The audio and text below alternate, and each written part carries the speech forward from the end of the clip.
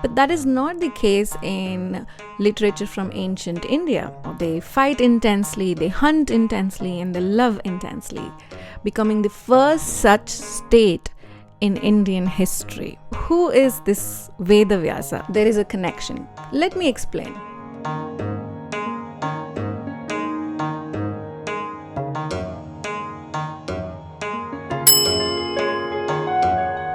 What is Mahabharata? Who is it about? Why is it considered the greatest story ever told, and how is it relevant to this day? If you're curious about these questions, you've come to the right place. Namaste. Hello everyone. This is Stories of India Retold, and today we're talking all about Mahabharata. Many millennia ago, there was a boy named Krishna Dwaipayana. Krishna because he was dark-skinned, and Dwaipayana because he was born on an island. He lived on this island with his mother Satyavati, who was the daughter of the chief of the local fisherman tribe. His father was a sage named Parashara, who was a well-learned sage, and he was learned in the Veda. Dwaipayana was a bright boy, and like his father, he too wanted to learn the Veda. And so when he was of an age, he left the island to pursue his studies. Not only did he study the Veda, but he also compiled it and arranged it into 4 different books, a system that is followed to this day. Now you might be thinking, but this is about Mahabharata, so why are we talking about the Veda? There is a connection. Let me explain. The Veda is a text from ancient India, and it was very important to the people during the Vedic times. So much so that they considered it to be divine knowledge passed down from Brahma, the creator himself. Dwaipayana thought about the fact that the profound truths and messages found in the Veda are neither easily understood nor were they easy to access. You see, the Veda was composed in Sanskrita, a language that was not widely spoken, and it was transmitted to a select group of people who had to learn it via precise oral repetition so that it would be passed down through generations unchanged. And the unchanged part here was really important because they wanted to make sure to maintain the integrity of the text. So as you can see, not really easy to access. But Dwaipayana had a plan. Dwaipayana wrote a poem about a family belonging to the Kuru dynasty, particularly about the dynastic politics between the cousins Kauravas and Pandavas. And in this story, he weaved the messages from the Veda, making it both easier to understand and easy to access. Because these stories are about a royal family that actually existed, this text is part of the Itihasa literature of ancient India. Itihasa meaning so it happened. And it is part of the record of contemporary history of the time. Compare this with, say, the Puranas, which contain stories from the remote past. That is one way to classify the text. Another way to classify literature from ancient India is they could be either Smriti text or Shruti text. Shruti means that which is heard. And these are texts which are transmitted via precise oral repetition, like the Veda or the Upanishads.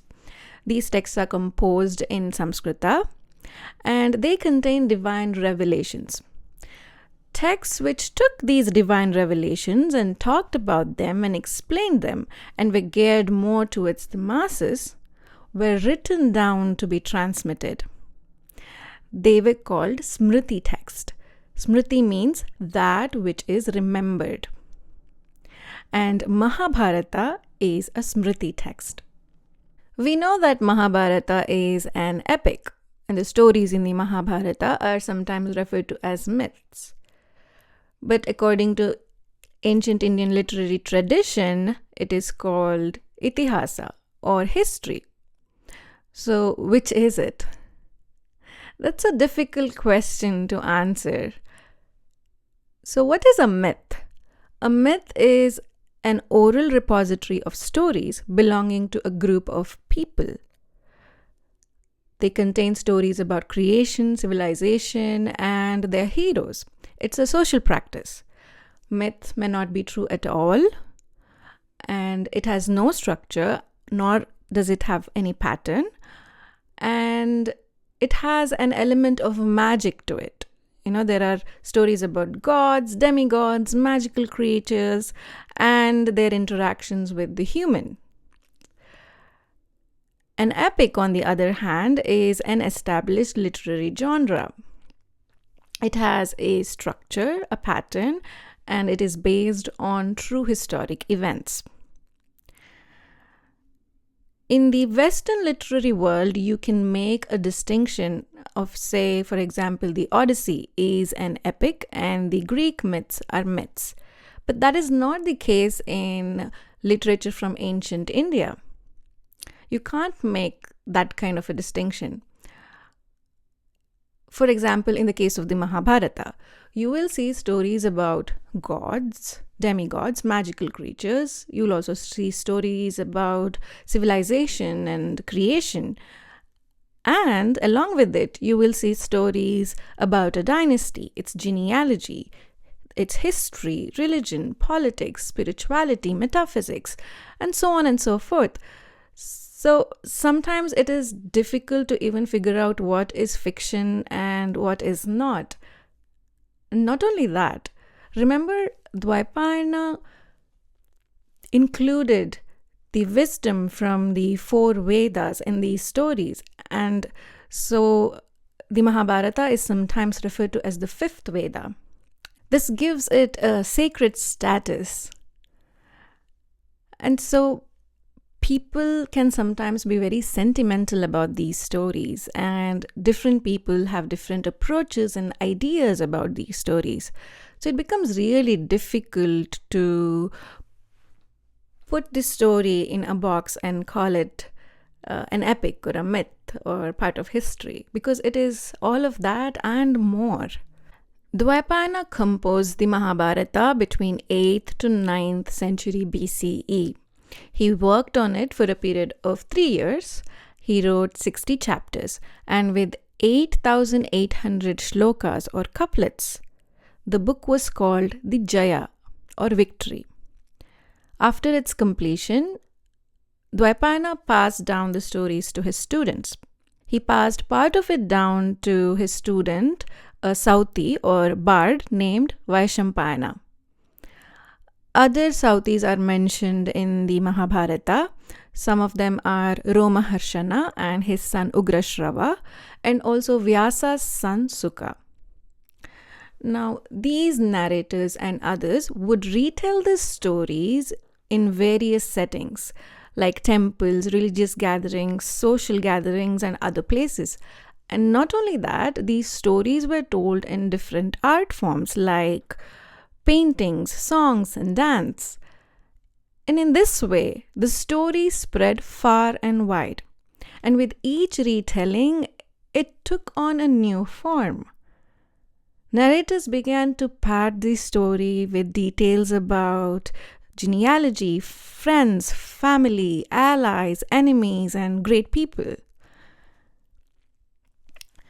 After some time had passed, the book began to be called Vijaya, and when it had about 24,000 shlokas, the book was called the Bharata, as the book contained stories belonging to the people of the clan Bharata.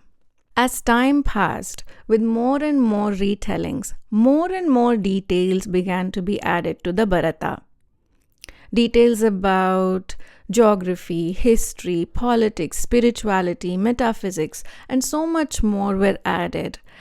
With about 90,000 shlokas, the book was now called the Mahabharata, the great epic of the people belonging to the Bharata clan. Now, this process happened over a period of 1,000 years, and the story we know and love was completed in 4th century AD. Even after that time, the Mahabharata continued to spread and it continued to evolve. It has also been translated to many other languages like Odia, Kannada, Tamil, Telugu, and other languages.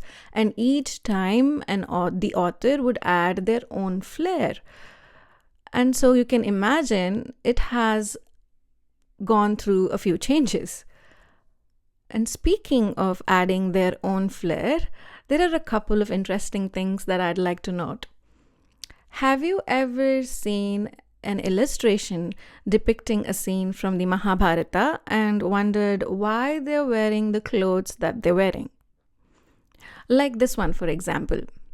If you're not watching this on video, this is an illustration depicting a scene from the Mahabharata, and in it, the characters are wearing Islamic style attire, which we know cannot be true during that time, right?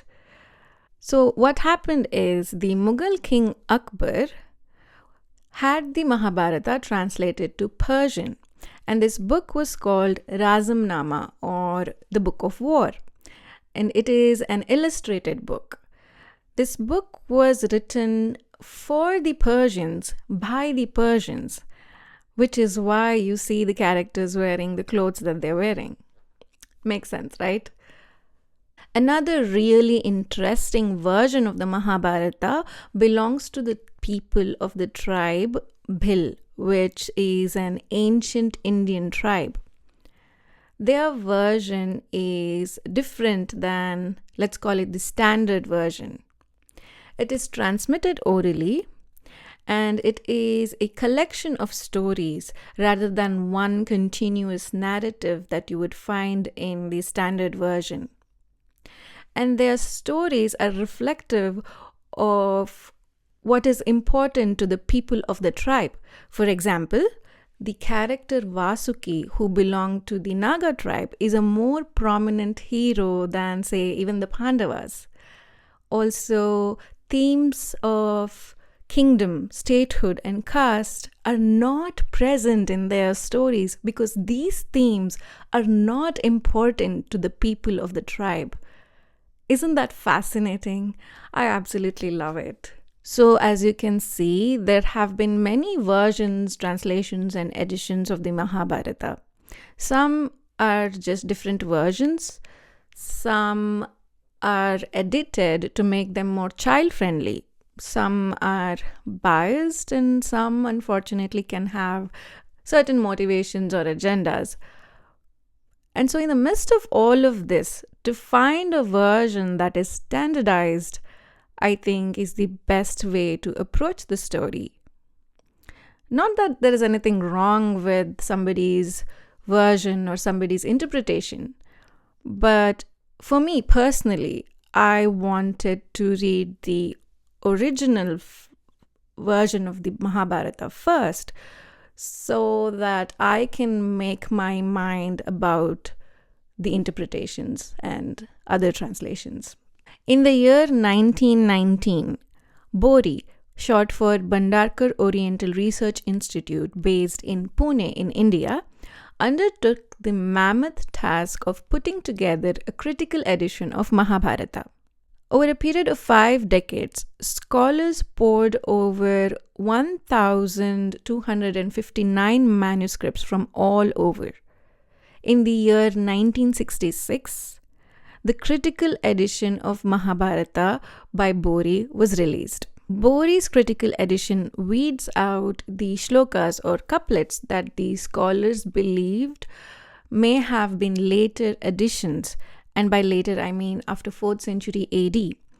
And it presents us with an edition of the Mahabharata which possibly can be the closest to what the original may have been.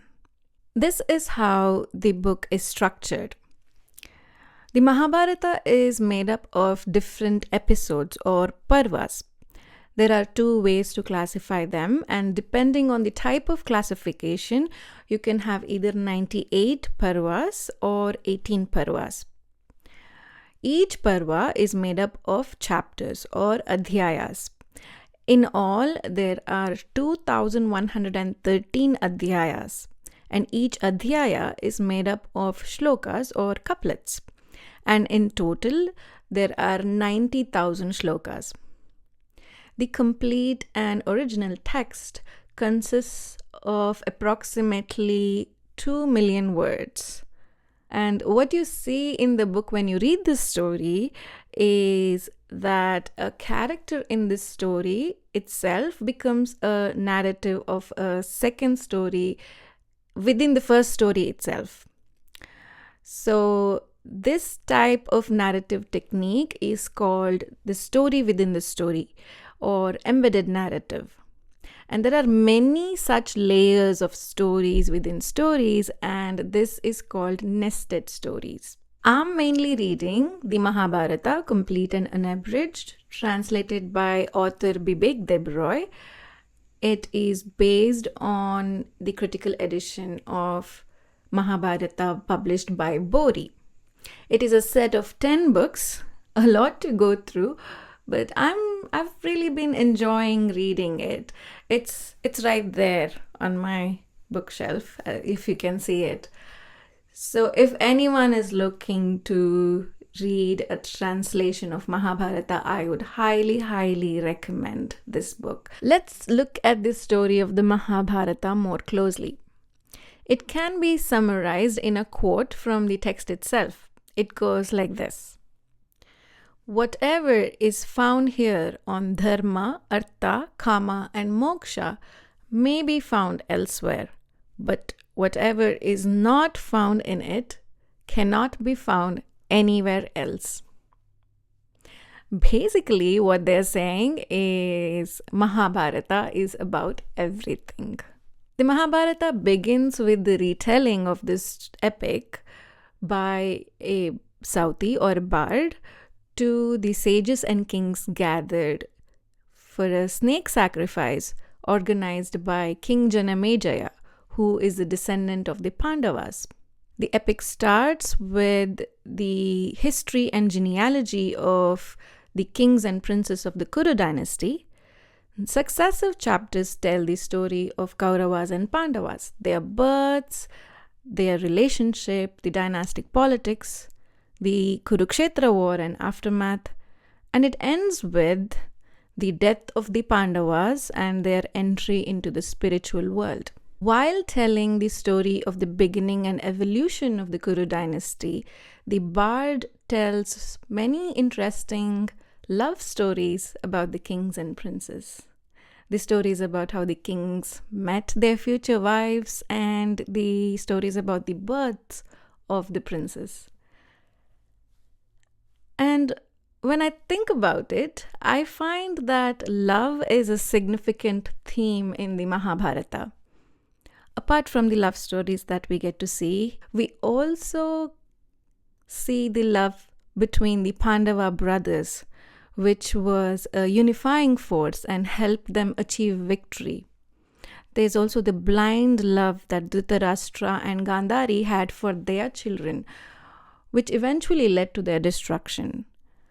There's also the love between Krishna, the god, and Arjuna, the human, and it is this spiritual experience.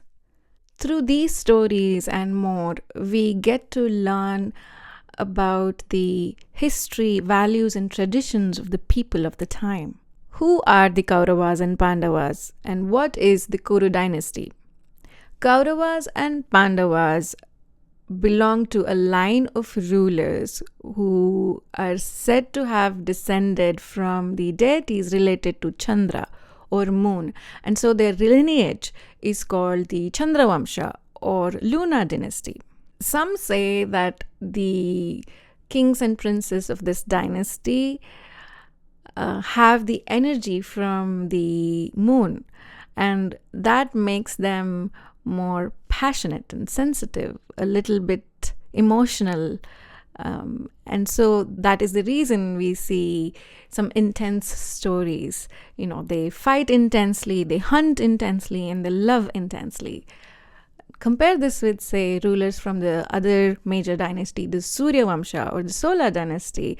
And they have the energy of the sun, and the kings and princes of this dynasty tend to be more stoic and reserved and responsible. Think Lord Rama. He belonged to the Surya Vamsha. So the kings from this Chandra Vamsha have interesting stories, and they were very good rulers. Some of them include Buddha, Pururavas, Nahusha, Yayati, and many others. The Emperor Bharata is probably the most famous of them all, and so we'll start with him. Bharata was the descendant of Puru, who is the son of Yayati. So Puru and his 4 brothers started their own tribes or dynasties, and the Puru dynasty is the famous of them all. Under Puru dynasty, there was a clan named the Bharatas, and under the Bharatas, a very important battle was fought. This battle is called the Battle of the 10 Kings. The Bharatas won, and under them, several tribes unite, and they eventually form the Kuru dynasty. This battle is mentioned in the Rig Veda, and it is said to have taken place in the end of Rigvedic period. And that is how the Kuru dynasty was formed. The kingdom of Kuru included modern-day states of Haryana, Punjab, Delhi, and parts of western Uttar Pradesh. Their rule lasted from Middle Vedic period to Late Vedic period, that is between 1200 BCE and 500 BCE. The tribes practiced semi-nomadic pastoralism, agriculture, and trade, and the Kuru kings supplemented their income by raiding their neighbors, stealing cattle, and demanding bali or tribute. The Kuru kingdom was dominant during the rule of Parikshit and Janamejaya. They established the Kuru state, becoming the first such state in Indian history. They also majorly influenced the social and religious culture of the country, and their influences spread all over the country and lasts till date. For example, the Vedas were arranged into text under the Kuru rule, and a culture of caste system and Shrauta rituals, which are rituals based on the Vedas like yajnas and homas. These emerged during their rule as well, and we see these influences in our day-to-day life even today. During the late Vedic period, the Kuru state declined and they eventually lost power. But thanks to the literature from the Vedic period, like the Mahabharata, their legacy still lives on, and their influences on the cultural traditions of India is undisputed. But what exactly happened with the Kauravas and Pandavas? Issues of illness and infertility plague the family, which leads to issues with regards to succession, which breeds resentment amongst the cousins Kauravas and Pandavas. This leads to a final face-off in the Kurukshetra war, in which a large number of allies from both sides perished. Many involved belonged to the Luna dynasty. The Kauravas were completely destroyed, and very few on the Pandavas' side remained. In fact, only one heir was left in the Pandavas' side to continue the line. This was Arjuna's grandson and Abhimanyu's son Parikshit. Parikshit's son Janamejaya was responsible for organizing the snake sacrifice. Now, this event happens after the Kurukshetra war, but it is told early on in the Mahabharata. Parikshit is killed by a Naga king named Takshaka. To avenge his death, his son Janamejaya organizes a snake sacrifice in which he planned to kill all those belonging to the Naga tribe.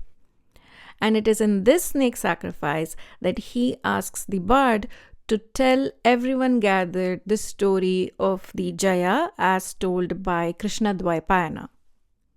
And the bard tells everyone the story about the ancestors of the Kuru dynasty.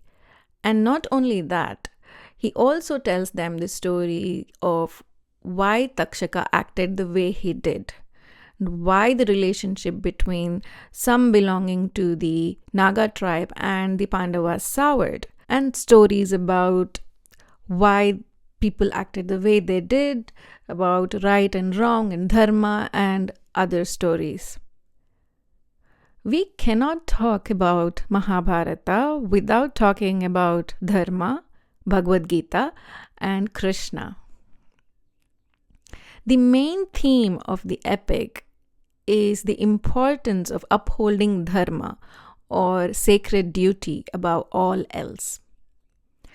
The Pandava brothers, especially Arjuna and Yudhishthira, did not necessarily want to fight a war against their own kin. Arjuna struggled with this aspect a lot, and he expressed his reservations to Krishna. Krishna is his dear relative and friend. He is one of the main protagonists of the story. He is a kingmaker, a political philosopher, and a visionary. And in the Kurukshetra war, Krishna is Arjuna's counsel and charioteer. There is a dialogue that happens between Krishna and Arjuna, and this part is called the Bhagavad Gita. Arjuna seeks answers about his duty as a Kshatriya, the morality of war, and various moral and ethical issues that humans face every day. Krishna answers him by talking about duty, dharma, and different ways of approaching spirituality. They also talk about topics like self-realization. In short, it contains various philosophies and religious traditions that were being practiced during the time. For me, personally, the most beautiful thing about the Gita is that it is inclusive in the sense that it talks about various ways of approaching spirituality and life in general. It does not matter if you are a warrior, a trader, a businessman, or an employee. Everyone can achieve the same spiritual goals through different paths. The important thing is to not focus on the fruits of your action, but to focus on the action itself. And that is the message that the Bhagavad Gita talks about. Lastly, a note about the author and his connection to the Kurus.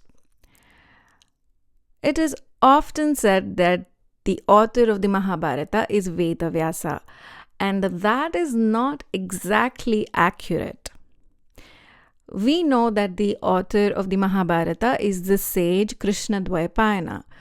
So who is this Veda Vyasa? Veda Vyasa is not a person. It is a title. Vyasa means to divide, and the title means the one who classified the Vedas. And there have been many other Vyasas in history, 28 in all. Krishna Dwaipayana Veda Vyasa is definitely the most famous of them all. In fact, he is the only Vyasa I know of. And he was a very accomplished person. Not only did he author the Mahabharata and classify the Veda, he also authored 18 major Puranas and the Brahma Sutras. And he was also well connected. He is technically the grandfather of the Kaurava and Pandavas. He fathered their father, Dhritarashtra and Pandu, respectively, and he did this as per his mother Satyavati's request. Satyavati was married to the Kuru king Shantanu. So as you can see, Dwaipayana was very closely related to the Kurus. He makes multiple appearances in the story itself where he helps out the Pandavas sometimes, and he is fondly referred to as grandfather. Dwaipayana essentially used the story of his own family to spread the divine message from the Veda. And he did it so beautifully. As the story progresses, you can see how the characters and situations are positioned in such a way as to include the divine wisdom from the ancient times. And you can see this especially in the case of Krishna and Arjuna, where Krishna is Narayana or God and Arjuna is Nara, human. And through their stories, we get to explore the spiritual relationship between God, human, and self. So, what is Mahabharata about?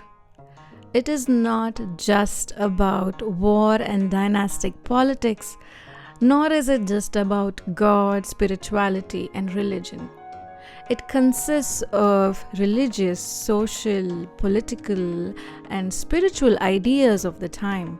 It talks about human relationships and feelings and how it can be both fragile and strong at the same time, how it can impact people around us and affect everyone. It talks about life as it is, the good, the bad, and the ugly. And yes, it is about good versus evil, but the good is not all good in the Mahabharata and the bad is not all bad. Mahabharata identifies and acknowledges the nuances of life in general. An author once rightly said that Mahabharata is the portrait of humanity. And that is why I think it is the greatest story ever told, and that is why it remains relevant to this day. That is all I have for you today. I hope you enjoyed the episode, and if you did, I will leave another episode for you to check out. Thank you so much for joining me. I really appreciate it, and I hope to see you here next time. I will also leave all the references for today's episode in the episode description. Thank you. Dhanyavada.